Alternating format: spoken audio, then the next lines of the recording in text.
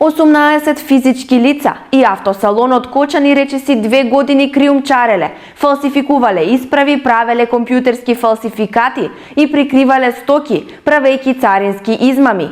Стои во обвинението од Основното јавно обвинителство Скопје. Во периодот од август 2020 година до април 2022 година, обвинетите вршеле пренос преку царинска линија на непријавени стоки, луксузни автомобили во вкупна вредност од големи размери.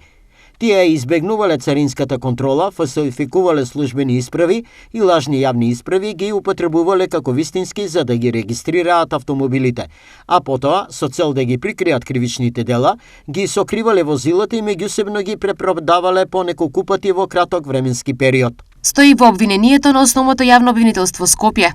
За прикривање на возилата кои биле предмет на криумчарење и царински измами е обвинето и правно лице Автосалон од Кочани. Меѓу обвинетите си 5 службени лица, референти за управни работи во МВР, кои во целиот тој период на останатите им ставале на располагање средства за извршување на кривичните дела, регистарски таблици и сообраќајни дозволи, изработени спротивно на Законот за возила и со употреба на фалсификуваните документи. Автомобилите, од кои најголем дел биле предмет на меѓународни потраги, се набавувале во различни европски земји и се внесувале во земјава со променети идентификацијски броеви на шасиите и со фалсификувани документи за да им се прикрие потеклото. Потоа, обвинетите службени лица од МВР вршеле регистрација на возилата врз основа на лажна документација. По повеќекратната меѓусебна купопродажба, обвинетите трајно ги оттуѓувале автомобилите, продавајќи ги на физички и правни лица во државава.